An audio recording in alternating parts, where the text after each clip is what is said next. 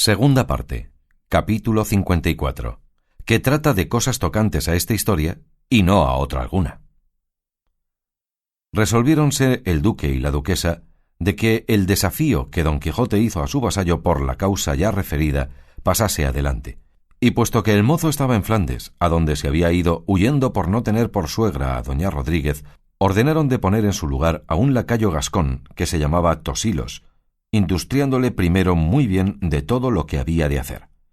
De allí a 2 días dijo el duque a Don Quijote cómo desde allí a 4 vendría su contrario, y se presentaría en el campo armado como caballero, y sustentaría como la doncella mentía por mitad de la barba, y aun por toda la barba entera, si se afirmaba que él le hubiese dado palabra de casamiento.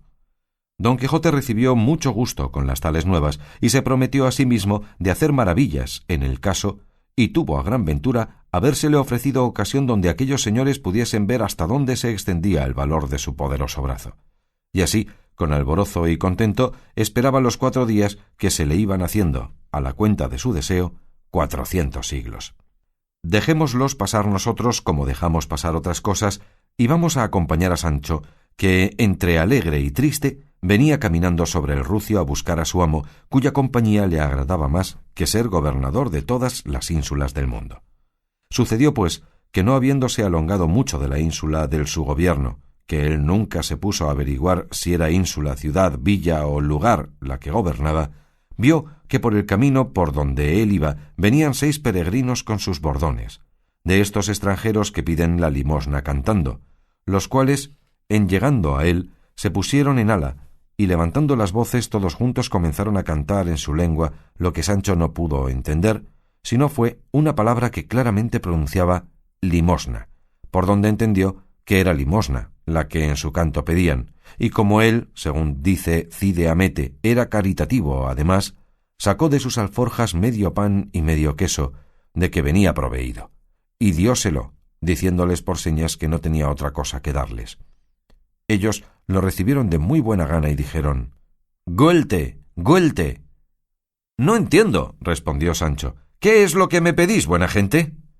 Entonces uno de ellos sacó una bolsa del seno y mostrósela a Sancho, por donde entendió que le pedían dineros.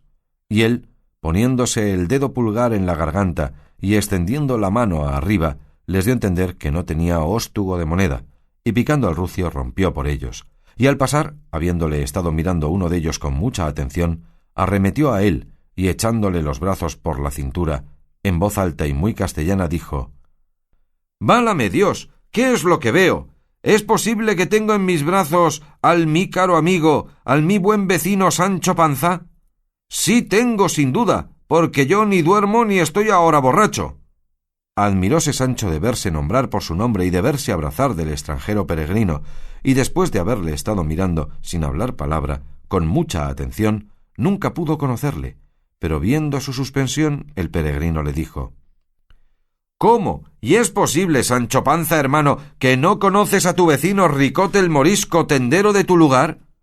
Entonces Sancho le miró con más atención y comenzó a rafigurarle, y finalmente le vino a conocer de todo punto, y sin apearse del jumento, le echó los brazos al cuello y le dijo: «¿Quién diablos te había de conocer, Ricote, en ese traje de moharracho que traes?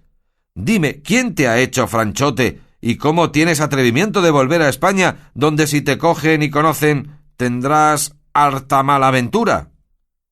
«Si tú no me descubres, Sancho», respondió el peregrino, «seguro estoy que en este traje no habrá nadie que me conozca, y apartémonos del camino a aquella alameda que allí parece, donde quieren comer y reposar mis compañeros, y allí comerás con ellos, que son muy apacible gente. Yo tendré lugar de contarte lo que me ha sucedido después que me partí de nuestro lugar por obedecer al bando de su majestad, que con tanto rigor a los desdichados de mi nación amenazaba, según oíste». Hízolo así Sancho, y hablando Ricote a los demás peregrinos, se apartaron a la alameda que se parecía, bien desviados del camino real. Arrojaron los bordones, quitáronse las mucetas o esclavinas, y quedaron en pelota, y todos ellos eran mozos y muy gentiles hombres, excepto Ricote, que ya era hombre entrado en años.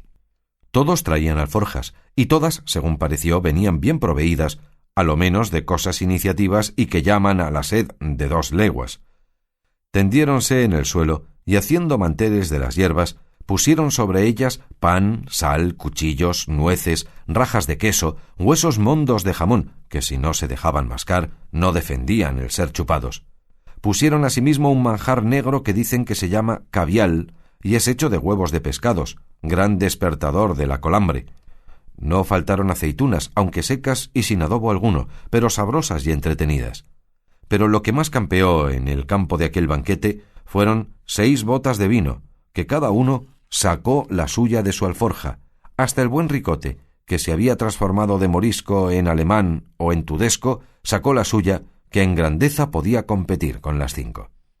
Comenzaron a comer con grandísimo gusto y muy de espacio, saboreándose con cada bocado que le tomaban con la punta del cuchillo, y muy poquito de cada cosa, y luego al punto todos a una levantaron los brazos y las botas en el aire, puestas las bocas en su boca, clavados los ojos en el cielo, no parecía sino que ponían en él la puntería, y de esta manera, meneando las cabezas a un lado y a otro, señales que acreditaban el gusto que recibían, se estuvieron un buen espacio trasegando en sus estómagos las entrañas de las vasijas.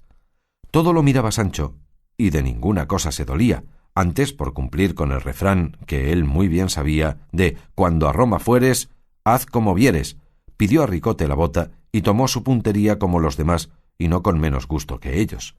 4 veces dieron lugar las botas para ser empinadas, pero la quinta no fue posible porque ya estaban más enjutas y secas que un esparto, cosa que puso mustia la alegría que hasta allí habían mostrado.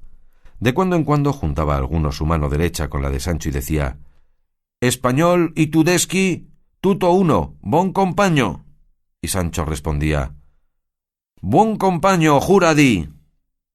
Y disparaba con una risa que le duraba 1 hora, sin acordarse entonces de nada de lo que le había sucedido en su gobierno, porque sobre el rato y tiempo cuando se come y bebe, poca jurisdicción suelen tener los cuidados.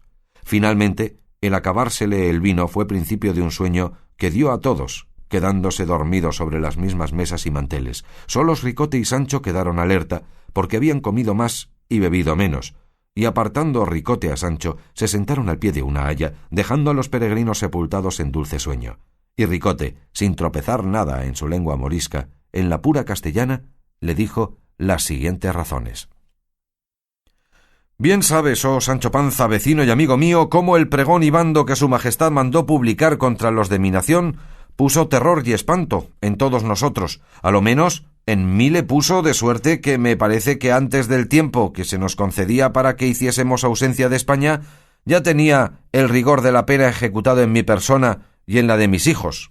Ordené, pues, a mi parecer como prudente, bien así como el que sabe que para tal tiempo le han de quitar la casa donde vive y se provee de otra donde mudarse. Ordené, digo, de salir yo solo, sin mi familia, de mi pueblo, y ir a buscar dónde llevarla con comodidad y sin la priesa con que los demás salieron, porque bien vi y vieron todos nuestros ancianos que aquellos pregones no eran solo amenazas, como algunos decían, sino verdaderas leyes, y que se habían de poner en ejecución a su determinado tiempo, y forzábame a creer esta verdad, saber yo los ruines y disparatados intentos que los nuestros tenían, y tales, que me parece que fue inspiración divina la que movió a su majestad a poner en efecto tan gallarda resolución, no porque todos fuésemos culpados, que algunos había cristianos firmes y verdaderos, pero eran tan pocos que no se podían oponer a los que no lo eran. Y no era bien criar la sierpe en el seno teniendo los enemigos dentro de casa. Finalmente, con justa razón, fuimos castigados con la pena del destierro, blanda y suave al parecer de algunos, pero el nuestro, la más terrible que se nos podía dar. Doquiera que estamos, lloramos por España, que en fin, nacimos en ella y es nuestra patria natural. En ninguna parte hallamos el acogimiento que nuestra desventura desea, y en Berbería y en todas las partes de África donde esperábamos ser recibidos, acogidos y regalados, allí es donde más nos ofenden y maltratan. No hemos conocido el bien hasta que le hemos perdido, y es el deseo tan grande que casi todos tenemos de volver a España, que los más de aquellos, y son muchos, que saben la lengua como yo, se vuelven a ella y dejan allá sus mujeres y sus hijos desamparados. Tanto es el amor que la tienen. Y ahora conozco y experimento lo que suele decirse, que es dulce el amor de la patria. Salí, como digo, de nuestro pueblo, entré en Francia, y aunque allí nos hacían buen acogimiento, quise verlo todo. Pasé a Italia y llegué a Alemania, y allí me pareció que se podía vivir con más libertad, porque sus habitadores no miran en muchas delicadezas, cada uno vive como quiere, porque en la mayor parte de ellas se vive con libertad de conciencia. Dejé tomada casa en un pueblo junto a Augusta. Juntéme con estos peregrinos que tienen por costumbre de venir a España, muchos de ellos cada año, a visitar los santuarios de ella, que los tienen por sus indias, y por certísima granjería y conocida ganancia. Ándanla casi toda, y no hay pueblo ninguno de donde no salgan comidos y bebidos, como suele decirse, y con un real, por lo menos en dineros. Y al cabo de su viaje salen con más de 100 escudos de sobra, que trocados en oro, o ya en el hueco de los bordones o entre los remiendos de las esclavinas, o con la industria que ellos pueden, los sacan del reino y los pasan a sus tierras a pesar de las guardas de los puestos y puertos, donde se registran. Ahora es mi intención, Sancho, sacar el tesoro que dejé enterrado, que por estar fuera del pueblo lo podré hacer sin peligro, y escribir o pasar desde Valencia a mi hija y a mi mujer, que sé que están en Argel, y dar traza a cómo traerlas a algún puerto de Francia y desde allí llevarlas a Alemania, donde esperaremos lo que Dios quisiere hacer de nosotros. Que en resolución, Sancho, yo sé cierto que la Ricota, mi hija, y Francisca Ricota, mi mujer, son católicas cristianas, y aunque yo no lo soy tanto, todavía tengo más de cristiano que de moro, y ruego siempre a Dios me abra los ojos del entendimiento y me dé a conocer cómo le tengo de servir. Y lo que me tiene admirado es no saber por qué se fue mi mujer y mi hija antes a Berbería que a Francia, a donde podía vivir como cristiana. A lo que respondió Sancho: Mira, Ricote, eso no debió estar en su mano, porque las llevó Juan Tío Piello, el hermano de tu mujer, y como debe de ser fino moro, fuese a lo más bien parado. Y séte decir otra cosa, que creo que vas en balde a buscar lo que dejaste encerrado, porque tuvimos nuevas que habían quitado a tu cuñado y tu mujer muchas perlas y mucho dinero en oro que llevaban por registrar. Bien puede ser eso, replicó Ricote, pero yo sé, Sancho, que no tocaron a mi encierro, porque yo no les descubrí dónde estaba, temeroso de algún desmán. Y así, si tú, Sancho, quieres venir conmigo y ayudarme a sacarlo y a encubrirlo, yo te daré 200 escudos con que podrás remediar tus necesidades, que ya sabes, que sé yo, que las tienes muchas. Yo lo hiciera, respondió Sancho, pero no soy nada codicioso, que a serlo, un oficio dejé yo esta mañana de las manos donde pudiera hacer las paredes de mi casa de oro y comer antes de 6 meses en platos de plata. Y así por esto como por parecerme, haría traición a mi rey en dar favor a sus enemigos. No fuera contigo, si como me prometes 200 escudos me dieras aquí de contado 400. ¿Y qué oficio es el que has dejado, Sancho?, preguntó Ricote. He dejado de ser gobernador de una ínsula, respondió Sancho, y tal que a buena fe que no hay en otra como ella a 3 tirones. ¿Y dónde está esa ínsula?, preguntó Ricote. ¿A dónde?, respondió Sancho. 2 leguas de aquí y se llama la ínsula Barataria. Calla, Sancho, dijo Ricote, que las ínsulas están allá dentro de la mar, que no hay ínsulas en la tierra firme. ¿Cómo no?, replicó Sancho. Dígote, Ricote amigo, que esta mañana me partí de ella, y ayer estuve en ella gobernando a mi placer como un sagitario, pero con todo eso la he dejado por parecerme oficio peligroso el de los gobernadores. ¿Y qué has ganado en el gobierno?, preguntó Ricote. He ganado, respondió Sancho, el haber conocido que no soy bueno para gobernar, si no es un hato de ganado, y que las riquezas que se ganan en los tales gobiernos son a costa de perder el descanso y el sueño, y aun el sustento, porque en las ínsulas deben de comer poco los gobernadores, especialmente si tienen médicos que miren por su salud. Yo no te entiendo, Sancho, dijo Ricote, pero paréceme que todo lo que dices es disparate, que ¿quién te había de dar a ti ínsulas que gobernases? ¿Faltaban hombres en el mundo más hábiles para gobernadores que tú eres? Calla, Sancho, y vuelve en ti, y mira si quieres venir conmigo, como te he dicho, a ayudarme a sacar el tesoro que dejé escondido, que en verdad que es tanto que se puede llamar tesoro, y te daré con que vivas como te he dicho. Ya te he dicho, Ricote, replicó Sancho, que no quiero. Conténtate que por mí no serás descubierto y prosigue en buena hora tu camino, y déjame seguir el mío, que yo sé que lo bien ganado se pierde, y lo malo, ello y su dueño. No quiero porfiar, Sancho, dijo Ricote, pero dime, hallástete en nuestro lugar cuando se partió de él mi mujer, mi hija y mi cuñado? Sí hallé, respondió Sancho, y séte decir que salió tu hija tan hermosa que salieron a verla cuantos había en el pueblo, y todos decían que era la más bella criatura del mundo. Iba llorando y abrazada a todas sus amigas y conocidas, y a cuantos llegaban a verla, y a todos pedía la encomendasen a Dios y a Nuestra Señora su madre. Y esto con tanto sentimiento, que a mí me hizo llorar, que no suelo ser muy llorón. Y a fe que muchos tuvieron deseo de esconderla y salir a quitársela en el camino, pero el miedo de ir contra el mandado del rey los detuvo.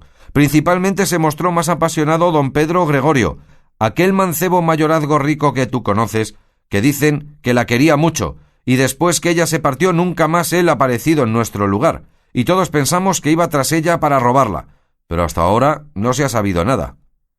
Siempre tuve yo mala sospecha, dijo Ricote, de que ese caballero adamaba a mi hija, pero fiado en el valor de mi Ricota, nunca me dio pesadumbre el saber que la quería bien, que ya habrás oído decir, Sancho, que las moriscas pocas o ninguna vez se mezclaron por amores con cristianos viejos, y mi hija, que a lo que yo creo atendía a ser más cristiana que enamorada, no se curaría de las solicitudes de ese señor mayorazgo. Dios lo haga, replicó Sancho, que a entrambos les estaría mal. Y déjame partir de aquí, Ricote amigo, que quiero llegar esta noche a donde está mi señor Don Quijote. Dios vaya contigo, Sancho, hermano, que ya mis compañeros se rebullen y también es hora que prosigamos nuestro camino. Y luego se abrazaron los dos, y Sancho subió en su rucio, y Ricote se arrimó a su bordón, y se apartaron.